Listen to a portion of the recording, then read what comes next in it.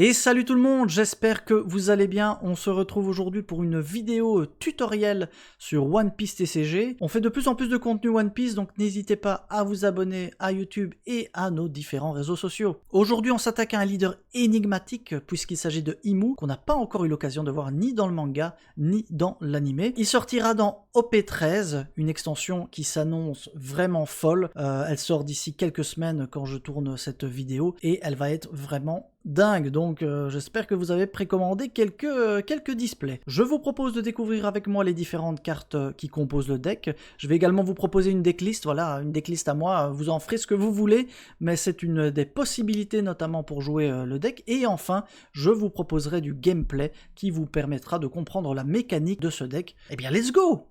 Je vais donc vous expliquer les différents caractères et les différentes cartes qui composent ce deck de Imu. Je vais expliquer d'abord les cartes, ensuite vous aurez la mécanique. Je vais également vous mettre les altards parce qu'elles sont vraiment folles. Donc on commence par Imu, qui est évidemment le leader, un leader 5000, 4 vies en l'occurrence. Donc on va commencer par une restriction, donc on ne va pas pouvoir jouer d'événements qui coûtent 2 ou plus dans le deck. Pour commencer, donc, dès qu'on va lancer, qu'on va activer ce leader, on va pouvoir jouer un lieu Mary Joyce. Donc, en l'occurrence, il y a un nouveau lieu qui apparaît dans OP13 ici. C'est le trône vide, qui est le trône de Imu dans le manga et l'anime. Donc, on va pouvoir activer ce lieu-là. Il y a également l'ancien Mary Joyce. Donc, il y a deux possibilités et on va voir qu'en fonction des match-ups, vous allez pouvoir utiliser l'un ou l'autre lieu. La majorité du temps, vous allez jouer le trône vide, mais dans certains cas, dans certains match-ups, notamment le mirror, vous allez devoir utiliser l'autre qui est moins pénalisant, on va dire, pour vous. L'autre effet, et l'effet principal de Imu, c'est que donc, vous pouvez mettre à la défausse un dragon céleste depuis votre terrain ou depuis votre main dans la défausse, et vous allez pouvoir piocher une carte en l'occurrence. Donc, rien que ça, c'est déjà extrêmement fort. Donc, qui va accompagner Imu? Et évidemment, c'est ces 5 sbires qui vont l'accompagner. On a donc Saturne, donc les 5 vieux, comme je les appelle. Eux aussi, leurs altes, elles sont magnifiques, vous le voyez là. Elles sont vraiment folles. Et il y a plusieurs altes en plus, plusieurs versions. Donc c'est encore mieux. Donc c'est un niveau 4, 5000 avec un counter de 1000. Donc ils ont tous plus ou moins le même premier effet.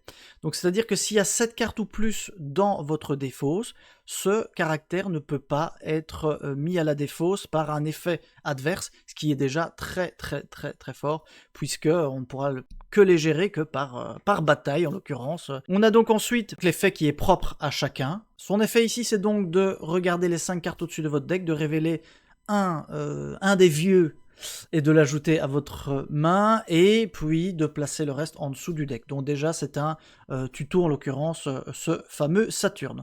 On a ensuite Topman Warcury, qui est également 4 en termes de coût, 5000, et c'est un counter 1000. Il a le même effet avec les 7 cartes ou plus dans la défausse pour le protéger. En plus, lui, il gagne bloqueur. Vous allez avoir 2 bloqueurs dans ce deck, dont notamment Warcury. Et quand il est KO, on draw une carte simple mais efficace. On a ensuite Nujuro, lui c'est un coup de 6 pour 5000, c'est un counter 1000. Même chose, il est insensible aux effets adverses. Lui, il gagne rush, donc il ne gagne pas bloqueur, mais il gagne rush en l'occurrence, donc ça aussi ça va être un gros perso pour pouvoir dégager des choses qui vous embêtent. Et donc quand il attaque, s'il y a 10 cartes ou plus dans la défausse, on peut donner moins 2000 à un caractère durant ce tour, donc ce qui est très fort. On a ensuite Mars, qui est un coup de 6 pour 5000, et c'est un counter de 1000 également.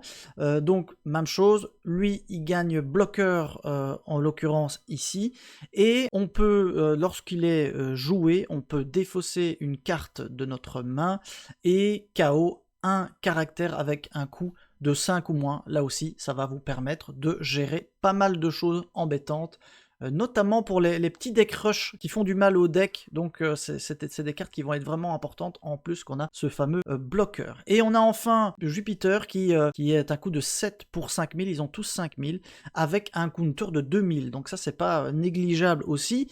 Même effet, il n'est pas sensible aux autres. Lui, ce qu'il va faire quand il va être invoqué, c'est qu'il va permettre à tous les caractères, donc tous les petits vieux, de passer à 7000 au lieu de 5000. Donc là aussi, ça va être vraiment une petite dinguerie. Enfin, la carte sur laquelle repose la mécanique du deck, c'est les 5 Elders, donc la carte qui reprend les 5 petits vieux.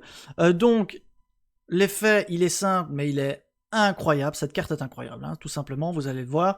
Donc, si votre leader est Imu, ce qui est le cas ici, vous pouvez reste un Don et défausser une carte de votre main. Donc, vous allez détruire tous vos caractères et puis invoquer de votre défausse tous les 5 Elders en l'occurrence.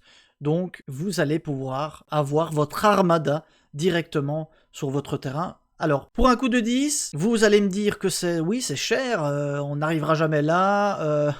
Et évidemment, il y a une petite astuce, parce que je ne vous ai pas encore parlé du terrain, tout simplement le terrain de Imu qui est Krakito Krakos, c'est celui-ci, le trône vide, qui a un gros effet, je vous l'ai gardé un peu pour la fin. Donc, premier effet, si j'ai 19 cartes ou plus dans ma défausse, donc Imu gagne 1000 pendant son tour, ce qui est plutôt pas mal en l'occurrence.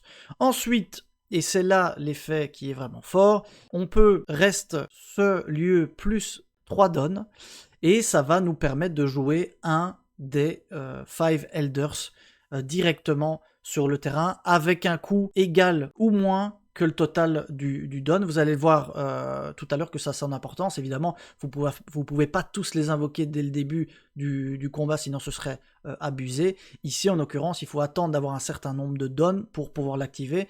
Mais autant vous dire que c'est vraiment craqué, puisque dès qu'on va avoir le nombre suffisant de dons, on va pouvoir juste pour 3 invoquer un Elder. Donc vous avez vu qu'il y en a à 4, il y en a à 6, il y en a à 7. Ça va vous permettre de jouer ça directement, et celui à 10 évidemment va jouer là-dessus. On va le voir après, c'est vraiment une petite dinguerie, ça c'est une première chose, ça c'est la base. Hein. Il y a également des événements qui vont accompagner le deck, hein. On ne s'arrête pas là. Juste avant ça, je vous montre le Mary Joyce de base, permet aux caractères qui coûtent 2 ou plus, qui ont le type Dragon Céleste, de coûter 1 de moins. Donc voilà, c'est fort, mais en l'occurrence, le trône est 10 fois plus fort que ça, donc c'est sur le trône qu'on va compter. Au niveau des événements, donc on a donc plusieurs choses. On a une première qui permet tout simplement de les tutoriser. On regarde les 3 cartes du haut du deck. On prend un des dragons célestes. Évidemment, les 5 Elders sont dragons célestes, bien sûr. Et on l'ajoute à la main et on défausse une carte de notre main. On a ensuite 2 cartes qui vont nous permettre de nous protéger, vous allez les voir. Cette première carte, le premier effet qui est plutôt en fonction des cas, vous n'allez pas l'utiliser tout le temps, donc qui vous permet de reste 5 cartes don, et si vous avez seulement des monstres avec dragon céleste, vous pouvez KO un monstre avec une base cost de 6 ou moins. Donc, ce qui est fort, assez situationnel, mais qui va vous permettre de temps en temps de vous sortir du pétrin. Ensuite, on a le contre, et c'est ça qui est important ici. Le contre, vous pouvez tout simplement donner 3000 à votre leader pendant le tour adverse, donc ce qui va vous permettre de vous sauver de pas mal de situations. On a ensuite le gros event, donc vous pouvez reste un de vos dons, si votre caractère est Imu, vous pouvez KO un lieu adverse avec un coût de 7. C'est pour ça notamment que les joueurs de Imu en Mirror ne jouent pas trône vide pour cette carte-là, puisqu'on peut se faire détruire son stage. Pour l'instant, on n'a pas d'autres lieux qui sont avec un coût de 7, mais à l'avenir, peut-être que ce sera plus utile, on verra. Ensuite, l'effet contre de ces cartes, qui est très très fort aussi, c'est que si votre leader est Imu, vous pouvez donner à un de vos caractères ou un de votre leader plus 4000 durant cette battle. Donc, autant vous dire que c'est très très très fort et ça va vous aider énormément par la suite. Donc, à côté de ça, donc ça ce sont les différentes cartes qui composent la base du deck, hein, les nouvelles cartes. À côté de ça, il y a des cartes qui vont vous permettre de compléter le deck et de synergiser avec Imu et les 5 Elders en l'occurrence. On a notamment les dragons célestes qui sont là, Shalria qui est quasiment obligatoire dans ce deck, qui est tout simplement une tuto aussi. Comme vous l'avez vu, on vient de voir l'événement qui vous permet d'aller tuto. Elle a le même effet. Donc vous allez regarder les 3 cartes au-dessus du deck, prendre un dragon céleste autre que celle-ci, et ensuite envoyer le reste et une carte de votre main à la défausse. Donc ça vous permet de remplir rapidement votre défausse, puisque ça joue beaucoup sur la défausse, donc c'est important de bien prendre ça en compte. Ensuite, donc ça c'est la certitude. Ensuite, évidemment, vous avez d'autres choses que vous allez rajouter. Ici, vous avez Björnsgard, je ne sais plus son nom, qui a un effet plutôt anecdotique pour l'instant. Pas utile, c'est pas pour ça coup de joue, c'est plutôt pour le counter 2000, hein. Évidemment, counter 2000 c'est toujours très très très fort, et donc ceci va vous permettre de vous sauver notamment de pas mal de choses et de protéger vos petits vieux en l'occurrence. Il y a notamment Saint Charlot qui lui est un counter 1000, mais il a bloqueur. Ça c'est important parce que contre les deck rush, vous allez vouloir avoir de la protection, donc en fonction des situations, évidemment, en fonction du format et de la méta, vous allez peut-être vouloir jouer Saint-Charlot qui va pouvoir vous protéger. En plus, il vous permet de trash une carte du dessus de votre deck, donc pourquoi pas. Ensuite, dans les cartes qui synergisent bien ou bien qui vont vous aider dans le deck, on a Sabot, Sabot qui lui est sorti dans PRB 02, donc si vous avez 15 cartes ou plus dans votre défausse, ça donne un coût de moins 3 à cette carte, donc c'est un 6 à 6000, bloqueur avec un counter 2000, donc là il va passer à 3 pour 6000 en bloqueur, autant vous dire que c'est relativement fort, et en plus on a le fait qu'il soit counter 2000, donc pas négligeable du tout. Et ensuite, en fonction des situations, vous allez aussi peut-être vouloir jouer Stussy qui est très forte notamment contre Ace, qui va être l'autre deck de ce format. Stussy, tout simplement, vous n'allez pas pouvoir la tutoriser malheureusement, mais donc elle vous permet de placer un autre de vos caractères dans la défausse et de KO un caractère adverse, donc c'est très fort. C'est très fort, ça vous permet de jouer les gros tons, notamment les Whitebeard, les barbes blanches de l'adversaire, donc à ne pas négliger en l'occurrence là-dessus, c'est vraiment très important. Donc ça c'est les cartes qui composent la base du deck. Vous allez voir, je vais vous montrer maintenant un type de decklist, mais évidemment chacun fera en fonction de la méta. Je vais maintenant vous montrer comment fonctionne le deck, les différents combos, les différentes mécaniques qui vont vous permettre de voir plus clair. Donc vous voyez qu'ici, dès que Imu est invoqué, on va pouvoir choisir entre le trône ou le Mary Joyce. Ici je vois que c'est Luffy qui est mon adversaire, donc je vais d'office prendre le trône vide.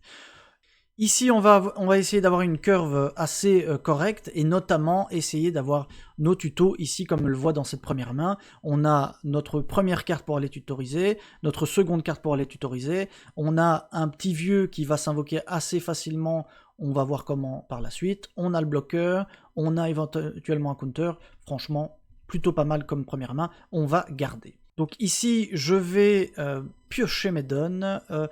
Alors j'ai remarqué durant les différents duels que j'ai eu l'occasion de faire que le fait d'être deuxième est quand même un avantage parce qu'on arrive plus vite à avoir nos 10 donnes, et donc ça c'est quand même pas négligeable. Donc ici on va considérer qu'on commence, hein, parce qu'évidemment vous n'allez pas toujours avoir le choix. Donc on va commencer, on va invoquer notre Chalria qui va nous permettre d'aller choisir ici parmi les dragons célestes ou les petits vieux.